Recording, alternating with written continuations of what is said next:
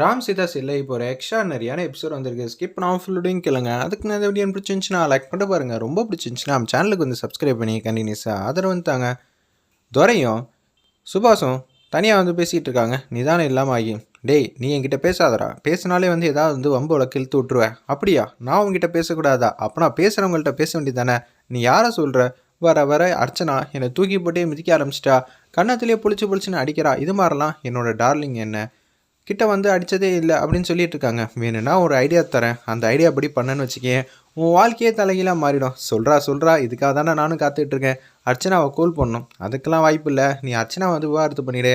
பண்ணதுக்கப்புறமேட்டுக்கு நீ என்ன பண்ணுறனா அவங்கள கூட்டிகிட்டு வந்துடு, ஆந்திராக்காரங்கள. நான் சொல்கிறது புரியுதா அப்படின்னு சொல்லி கேட்குறாங்க. அந்த இடத்துல டேய் வாழ்க்கையை வந்து காப்பாற்ற சொன்னால் வாழ்க்கையே இல்லாமக்குன்னு பார்த்துக்கிட்டு இருக்க. நான் உன் பேச்சு கேட்கவே மாட்டேன். நீ சொன்னது தான்டா நான் சொன்னேங்கிற மாதிரி அந்த இடத்துல வந்து பேசுகிறேன். நம்ம தவிர கல்பனா வந்து எப்போதும் போல் அவங்க ரூமில் வந்து ஊதிக்கிட்டு இருக்காங்க. உடனே கதை வந்து தட்டுறாங்க. உள்ளே கூட போகலாம், ஆனால் இது இல்லாமல் நம்மளால் இருக்க முடியாது அப்படின்னு சொல்லும்போது கதவை தட்டுறப்ப இது வேற எவனாவது ஒருத்தன் வந்துடுறான்னு சொல்லி அந்த பொருளை வந்து தூக்கி போட்டுட்டு அப்படியே ரூம் ஸ்ப்ரே வந்து அடிக்கலை. அப்படியே வந்து வராங்க. உள்ளே வந்தோன்னே என்னது ஏதோ ஒரு ஸ்மெல் வருது, என்ன விஷயம் அப்படின்னு கேட்குறாங்க. இன்றைக்கி நிதானம் இல்லாமல் ஆயிட்டிங்களா, அதனால் அப்படி தான் இருக்க போகுது, என்ன நினச்சிட்டு இருக்கீங்க அப்படின்னு சொல்லும்போது சீதா வந்து ரூம்குள்ளே வந்து வராங்க. எதுக்கு இவங்களை தூக்கி வெளியில் வந்து போடணும்னு சொல்கிறீங்க? எங்கள் 2 பேருக்குள்ளே 1000 விஷயம் இருக்கும், அதுக்குள்ளே நீ வரத்துக்கு என்னது ஏதோ ஸ்மெல் வருது, உங்களுக்கு இந்த பழக்கம் இருக்கா அப்படின்னு சொல்லி கேட்குறாங்க. அந்த இடத்துல அர்ச்சனாவை பார்த்து, ஏய் என்ன பார்த்து என்ன கேள்வி கேட்டுட்டு இருக்க? நான் அது மாதிரி ஊதுனதை நீ பார்த்தியா? எல்லாம் இந்த மனுஷங்கிட்ட இருந்தான். என்ன அங்கிள் இப்படி இருக்கீங்க அப்படின்னு சொல்கிறாங்க. அந்த இடத்துல இவர் கூடலாம் என்னால் இருக்க முடியாது, மரியாதையாக சொல்கிறேன், இங்கே இந்த ரூமை விட்டு வெளியில் போங்கன்னு சொன்னனால சீதா வந்து அந்த இடத்துல ரெக்வஸ்ட் பண்ணி இன்றைக்கி ஒரு நாளாவது இவர் இங்கே இருக்கட்டும், எங்கள் 2 பேருக்குள்ள 1000 விஷயம் இருக்கும், நீ எதுக்கு இங்கே வந்த அப்படின்னு சொல்லி சீதாவையும் ஒரு பக்கம் சுபாஷையும் வந்து ரூமை விட்டு வெளில அனுப்பிச்சிடுறாங்க. கல்பனா வந்து ரூம் கதை வந்து தாப்பா போட்டுட்டு அப்படியே வந்து யோசிச்சுட்டு இருக்காங்க. இவங்க கிட்ட எஸ்கேப் ஆகிறதுக்குள்ளே போதும் ஆகும் போல இருக்கேங்கிற மாதிரி யோசிக்கும் போது வேறு வழியே இல்லை. இன்றைக்கி தாடி அங்கிள் ரூமில் வந்து தூங்க வேண்டியதான். என்ன சொல்கிற? தாடி அங்கிள் ரூமில் வந்து என்னால் எப்படி தூங்க முடியும்? அவன் மேலே வந்து காலை போடுவான், இல்லாட்டி ஹாலில் சோஃபாவில் தான் தூங்குறோம். பரவாயில்லையா? அப்புறம் காலையில் எழுந்திரிச்சா முதுகெல்லாம் வலிக்கும். ஐயோ இந்த பிரச்சனையும் வேணாம் வம்பும் வேணாம் அப்படின்னு சொல்லி யோசிச்சுட்டு இருக்காங்க. அந்த இடத்துல நம்ம சுபாஷ் அடுத்த நாள் காலையில் பொழுது வந்து விடிஞ்சிருச்சு. நான்சி வந்து கேஸ் ஃபைல் ஏதோ ஒன்று பரட்டி பார்த்துக்கிட்டே இருக்காங்க. ஒட்டுமொத்த குடும்பமும் சந்தோஷமாகவும் நிம்மதியாக இருக்காங்க. இது நம்ம நான்சிக்கு வந்து சுத்தமாக பிடிக்கவே இல்லை. மகா போன இழப்பை கொஞ்சம் கூட கவலைப்படாமல் எல்லோரும் வந்து சந்தோஷமாக இருக்காங்க. எப்படி இவங்களால் இருக்க முடியுது? உமா வந்து பேச்ச ஆரம்பிக்கிறாங்க. மருந்து கொடுக்குற ஃபங்க்ஷன் வந்து வச்சிடலாமா அப்படின்னு சொல்லும்போது அர்ச்சனாக்கு எதுவாக இருந்தாலும் தெரியும், ஆனால் நம்ம கல்பனாக்கு தான் இந்த மாதிரி ஃபங்க்ஷன்னா என்ன எதுவும் தெரியாதுல்ல, அதனால அவங்க மட்டும் எனக்கு என்னன்னு இருக்காங்க, அதெல்லாம் எதுக்கு இப்போல்லாம் வச்சுக்கிட்டு அப்படின்னு சொல்லி கேஷுவலாக வாலண்டரியாக வந்து அவங்களாவே சிக்கிறாங்க. நம்ம கல்பனா என்னது மருந்து கொடுக்குற ஃபங்க்ஷன்லாம் எதுக்கா? நீங்கள் 2 குழந்தைங்க பெற்றவங்க தானே அப்படின்னு சொல்லி கேட்குறாங்க. அந்த இடத்துல சீதா ஆமாம் இல்லை அப்படின்னு சொல்லிடுறாங்க. அந்த இடத்துல என்னம்மா சொல்கிற? ஆமாம் இல்லைங்கிற, எனக்கு ஒன்றுமே புரியலையே அப்படின்னு சொல்லி அவங்க பொண்ணுங்களாம் வந்து கேட்டோன்னே இனிமேட்டு பேசினா வந்து நம்மளை சிக்க வச்சுருவா. சம்மந்தி நல்ல நேரமாக பார்த்து வந்து நீங்களே ஒரு நாளை வந்து குறித்து சொல்லுங்கள், என்கிட்டலாம் கேட்க வேண்டிய அவசியமே இல்லை அப்படின்னு சொல்லும்போது நான்சி வந்து பக்கத்தில் வந்து உட்காடுறாங்க. எனக்கு ஒரே ஒரு சந்தேகம், இந்த ஒட்டுமொத்த குடும்பம் வந்து மகா வந்து இழப்பை மறைக்க பார்க்குறீங்களா, இல்லை அப்படி ஒரு நிகழ்வே வந்து வரலைங்கிற மாதிரி சீதாக்கு ஃபேவராக நடந்துக்க பார்க்குறீங்களா? எனக்கு ஒன்றுமே புரியலைங்கிற மாதிரி கேட்குறாங்க. நாங்கள் மனசில் வருத்தம் தான் வச்சுட்டு இருக்கோம், அதுக்குன்னு வருத்தத்தையே சுமந்துக்கிட்டு இருக்க முடியாதுல்ல, நல்லது கெட்டதெல்லாம் பேசணும்ல. நாங்கள் மருந்து கொடுக்குற ஃபங்க்ஷன் வந்து இப்போ தானே வச்சாகணும், அதை பற்றி தானே பேசணும், மற்றபடி ஒன்றும் இல்லையேன்னு சொல்லி மீரா வந்து கொக்கி போடுறாங்க. அந்த இடத்துல நம்ம நான்சிக்கு ஒன்றா இந்த வீட்டில் வந்து திமுறா பேசுறதுக்கு மட்டும் குறைச்சலே இல்லை, எல்லாருமே வந்துடுவாங்களே.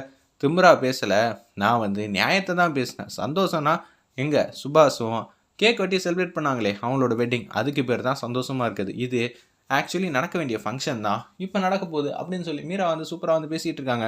மீரா பேசாமல் நீ வழக்கறிஞராக ஆகிருக்கலாம், ரொம்ப சூப்பராக பாயிண்ட்டாக பேசுனேன்னு சொல்லி தூரம் வந்து சூப்பராக அருமையாக வந்து அந்த இடத்துல பர்ஃபார்ம் பண்ணிகிட்டு இருக்காங்க. எனக்கும் மருந்து கொடுங்கங்கிற மாதிரி 3 பொண்ணுங்களும் வந்து சொல்கிறாங்க. ராமோட தங்கச்சிங்களா, ஐயோ உன்னை கொடுக்க வேண்டிய நேரத்தில் கரெக்டாக கொடுப்பாங்க, எதுக்கும் கவலைப்படாதீங்க அப்படின்னு சொல்லிட்டு அவங்க மட்டும் கடந்து போகிறாங்க.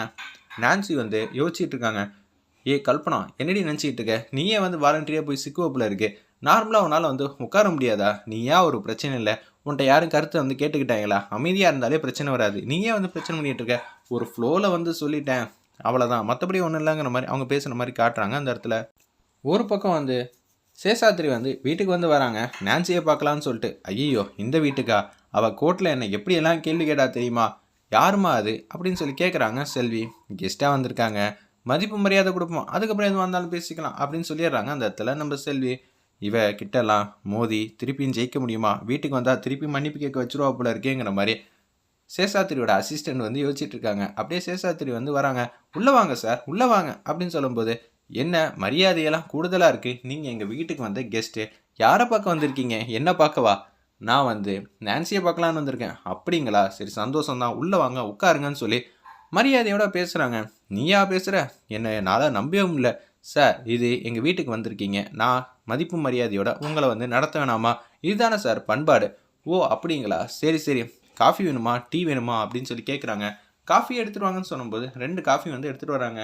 காஃபி ரொம்ப சூப்பராக இருக்குது, ஆனால் இந்த காஃபியை வச்செல்லாம் உன்னால் என்கிட்ட தப்பிக்கவே முடியாது சார். நான் வந்து வந்திருக்கிற கெஸ்ட்டுக்கிட்ட எப்படி நடந்துக்கணுமோ மரியாதையாக நான் உங்களை உட்கார வச்சுருக்கேன், கவனிப்பு சார் இது எல்லாம். இதை விட்டுட்டு இந்த காஃபிக்கும் அந்த கேஸுக்கும் சம்மந்தம் இல்லை, நீங்கள் நிம்மதியாக சாப்பிடுங்க அப்படின்னு சொல்லும்போது சாப்பிட்டுட்டு இருக்காங்க. அந்த இடத்துல என்னது திருப்பி வந்து நம்ம பாஸை வந்து மன்னிப்பு கேட்க வச்சுருவாங்களோங்கிற மாதிரி தான் சேஷாத்திரியோட அசிஸ்டண்ட் வந்து யோசிக்கிறாங்க. ஏமா வீட்டு வேலைக்காரம்மா, நீங்கள் இந்த காஃபியெல்லாம் வந்து குடிச்ச வரைக்கும் போது எடுத்துகிட்டு போங்கன்னு சொல்லும்போது, சார் எல்லாருக்கும் எல்லாரோட வேலையும் பார்க்க முடியாது, என்ன சார் நினச்சிக்கிட்டு இருக்கீங்க, எப்போதும் நீங்கள் இப்படி தான் மற்றவங்கள இழிவாக வந்து பேசுவீங்களா, இதெல்லாம் ரொம்ப தப்பு இல்லை. ஓகே, அடுத்த மன்னிப்பு கண்டென்ட்டுக்கு ரெடி ஆகிட்டாங்க நம்ம சீதாங்கிற மாதிரி அவங்க அசிஸ்டண்ட் வந்து புரிஞ்சுக்கிறாங்க. இப்போ என்னம்மா வேணும் உனக்கு, பின்ன உங்கள் வேலையை இவங்களால் செய்ய முடியாது, அதே மாதிரி செல்வி வேலையை உங்களால் செய்ய முடியாது, எல்லாருக்கும் அவங்கவுங்க வேலைக்காரங்க தான். ஆமாம் தாயே, என்னை மன்னிச்சிருமா, முதல்ல இந்த வீட்டுக்கு வந்தது தப்பு, உங்ககிட்ட வந்து பேசினது தப்பு, இந்த காஃபி வந்து குடித்தது தப்பு, எல்லாத்துக்கும் நான் மன்னிப்பு கேட்குறேன் போதுமா. சார் நான் உங்களை மன்னிப்புலாம் கேட்க சொல்ல, எப்போதுமே நீங்கள் இப்படி தான் பேசுவீங்களா, அதை தான் கேட்க வந்தேன், நான் கிளம்புறேன், இல்லாட்டி அடுத்தது என் வாயை பிடுங்கி ஏதாவது ஒன்று நான் சொல்லிடுவேன், அதுக்கப்புறம் அதுக்கும் என்னக்கிட்ட மன்னிப்பு கேட்பேன், இதெல்லாம் எனக்கு தேவையான்னு சொல்லி தெரிச்சுக்கிட்டு ஓடுறாங்க. அந்த இடத்துல அந்த வழக்கறிஞர் நான்சி வந்து வெளில வந்துடுறாங்க. என்ன ஆச்சு, உள்ளே வந்தோன்னே 3 வாட்டி மன்னிப்பு கேட்க வச்சுட்டா, கோர்ட்டில் 2, இப்போ 3, மொத்தம் 5 வாட்டி.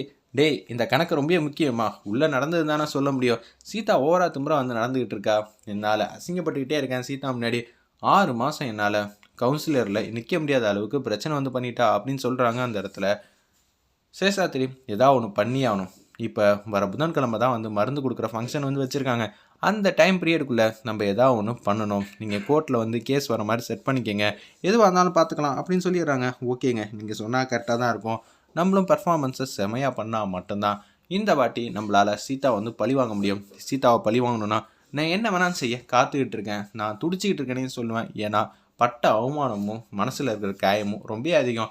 நான் பார் கவுன்சிலர் போனால் எல்லாருமே வந்து மதிப்பு மரியாதையாக நடந்துப்பாங்க, ஆனால் இப்போ நார்மலாக ஒருத்தவங்கள பார்க்குற மாதிரி தான் பார்க்குறாங்க. இன்னொன்று 6 மாதம் வந்து என்னால் அந்த இடத்துக்கே போகாத அளவுக்கு சீதா வந்து பிரச்சனை பண்ணிட்டா, இனிமேட்டு என்ன பண்ண முடியும், அதனால் சீதா வந்து பழி வாங்கணும்னு நான் முடிவு பண்ணிட்டேன், அதுக்கு நீங்கள் தான் உதவி செய்யணும், சிறப்பாக செஞ்சிடலாம் அப்படின்னு சொல்லும்போது சீதா இதெல்லாம் கேட்டுக்கிட்டு இருக்காங்க தூரத்துலேருந்து. யாருமா அது, ஜட்ஜையாவா, ஜட்ஜையா இல்லை வழக்கறிஞர் தான் அப்படின்னு சொல்லி சேஷாத்திரியை பற்றி லைட்டாக சொல்கிறாங்க.